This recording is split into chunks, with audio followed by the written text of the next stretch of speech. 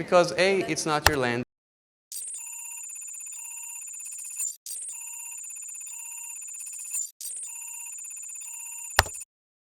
I always was asking my father why I was born. And his answer, not to kill, to live, to be in life. And when my sister, she got killed, I went back to him to tell him, he told me I was born to live, not to kill. But my sister, she was born to die.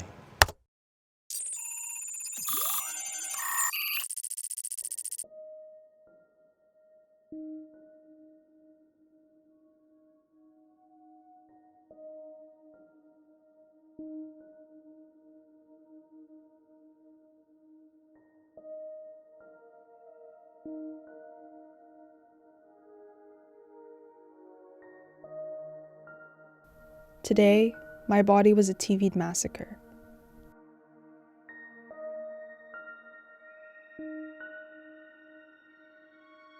Today, my body was a TV'd massacre that had to fit into sound bites and word limits.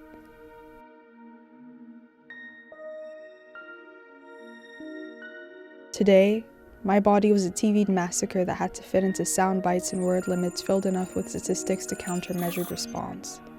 And I perfected my English, and I learned my UN resolutions.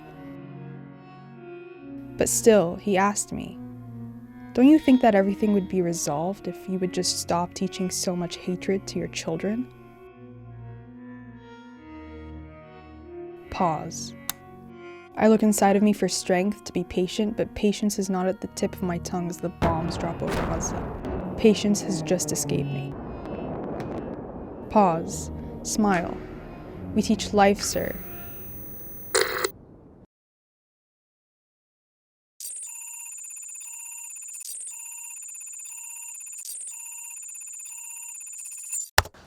I don't trust everything I see on the news, that's for sure. I do believe, again, there are two sides to every single story. But I do see things that are happening. For instance, you know, things like the rockets that are striking or the stabs that are happening. Those things I do trust because I can see that they're happening and they're just unfair. Like, I see the narrative being written as like I watch TV. I know how important and how powerful language is and how it can create reality. And like, I can see it. I'm like, this is really dangerous. Like, on both sides, it's really dangerous. Today, my body was a TV'd massacre made to fit into sound bites and word limits. And just give us a story, a human story. You see, this is not political. We just want to tell people about you and your people, so just give us a human story. Today, my body was a TV'd massacre. You have to help me as a journalist to help you tell your story, which is not a political story. How about you give us a story of a woman in Gaza who needs medication? How about you? Do you have enough bone-broken limbs to cover the sun? Hand me over your dead and give me the list of their names in 1,200 word limits. Today, my body was a TV'd massacre made to fit into sound bites and word limits and move those that are desensitized.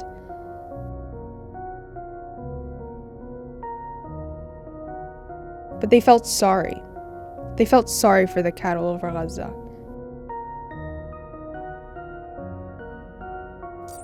So I give them UN resolutions and statistics. 100 dead, 200 dead, 1,000 dead. And between that, war crime and massacre. I vent out words and smile. Handala remembered to smile. Pause. We teach life, sir.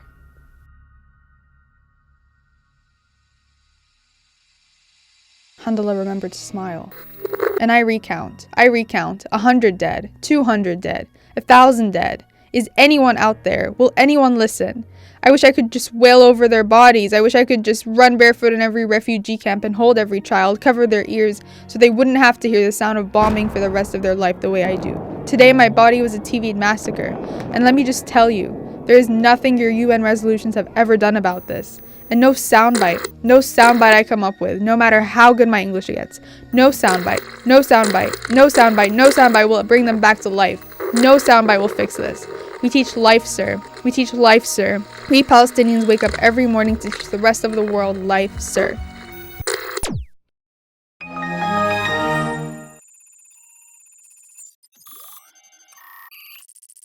Well, I learned from you that you have a lot of sympathy for our side as well, even though your sister passed away, which is terrible. She didn't pass away, she was murdered. But I can see that you also have sympathy for the other side, and you actually are trying to, communicate with us, even though you went through everything that you had to go through on your end.